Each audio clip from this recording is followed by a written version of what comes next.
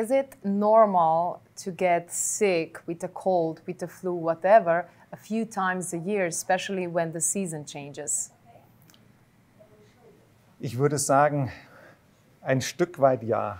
Eine kleine Erkältung, nicht stark ausgeprägt, ist ein natürlicher Reinigungsprozess des Körpers und das würde ich für normal erachten. Was ich nicht für normal erachte, ist, wenn ich permanent krank werde. Egal zu welcher Jahreszeit, egal wann der Wechsel ist. Eine kleine Erkältung und durchaus auch mal ein fieberhafter Infekt. Alle 2 Jahre ist ein normaler Reinigungsprozess des Körpers. Der Körper fährt mit jedem Grad Körpertemperatur um ein 100-faches seinen Stoffwechsel nach oben oder noch mehr. Also jedes Grad Körpertemperatur verstärkt den Stoffwechsel immens. Deswegen bin ich auch in einer fieberhaften Erkältung natürlich krank und liege im Bett.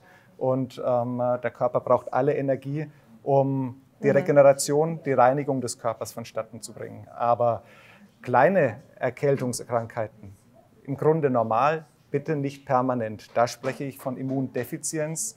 Da ist das Immunsystem häufig, der Darm, betroffen und nicht in der Lage, die Substanzen, die Mikronährstoffe ausreichend aufzunehmen, weil ich mich zu schlecht ernähre, weil ich Entzündungen habe, weil ich zu stark gestresst bin oder aus verschiedensten weiteren Gründen.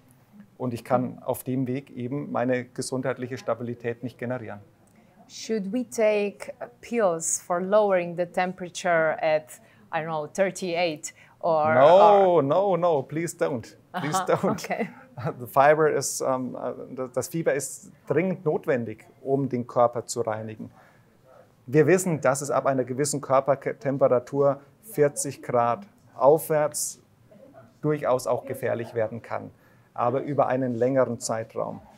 Bei 41 Grad irgendwo, da ist natürlich die Grenze, wo man sagt, das sollte man doch reduzieren, zumindest temporär.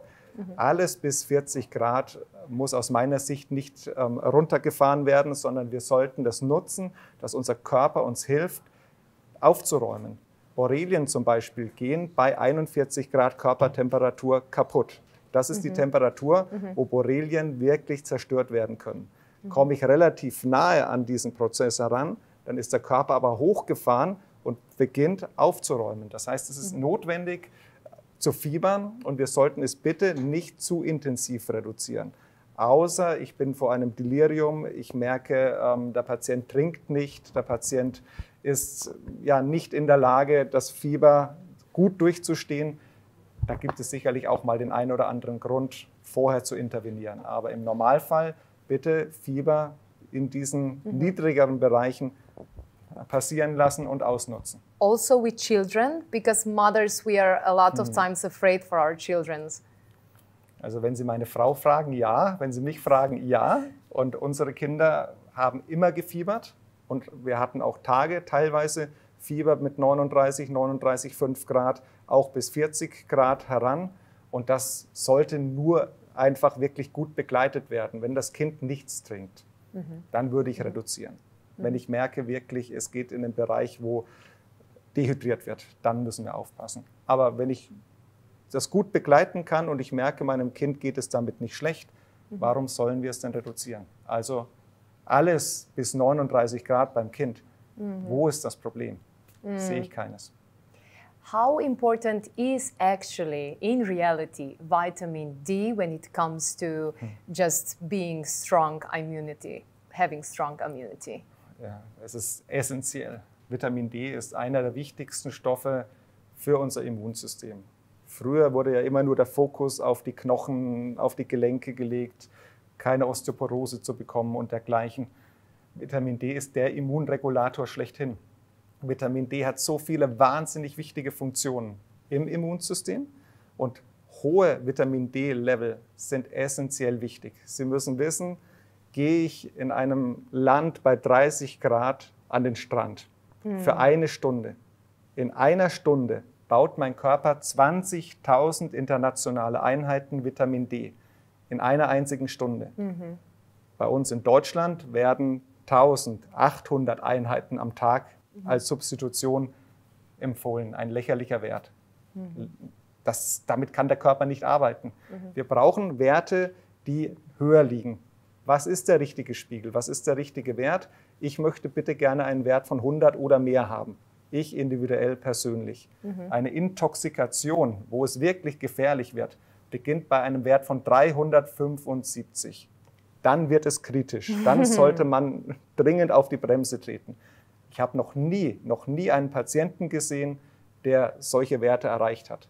Ich habe selbst über ein halbes Jahr lang 20.000 Einheiten täglich genommen und meine Spiegel kontrolliert. Und ich war am Ende bei einem Wert von 240 angelangt. Bei einem halben Jahr Substitution. Wichtig bei einer Hochdosis, ich muss die Mineralien, Magnesium, im Idealfall Calcium, Bohr noch dazugeben. Man streitet sich, wie wichtig ist K2 dazu. Ich finde, man sollte es dazugeben. Die ADEK vor allem, diese Vitamine, die fettlöslichen, sind wichtig.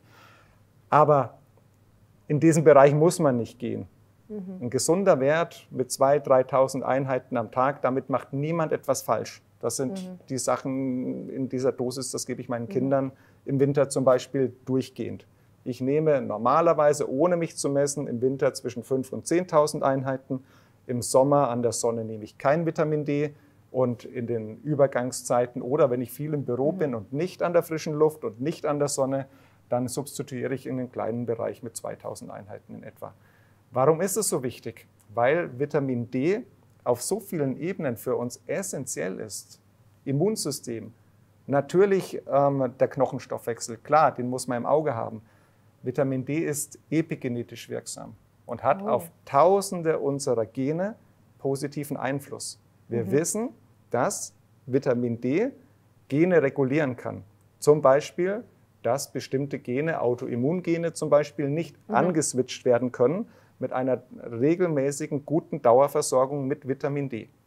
Das heißt, wir sollten jetzt bei uns in Deutschland das Winterhalbjahr durchgehend substituieren und das Sommerhalbjahr kann man weniger machen oder muss nicht zwingend. Dann komme ich auf keinen Fall in Bereiche, die gefährlich sind. Bei Covid-19 hat man gesehen, die Studien aus England, aus Israel, aus den USA, alle haben gezeigt, hohe Spiegel von Vitamin D haben bedeutet, dass wir keine schweren Fälle hatten in den Krankenhäusern.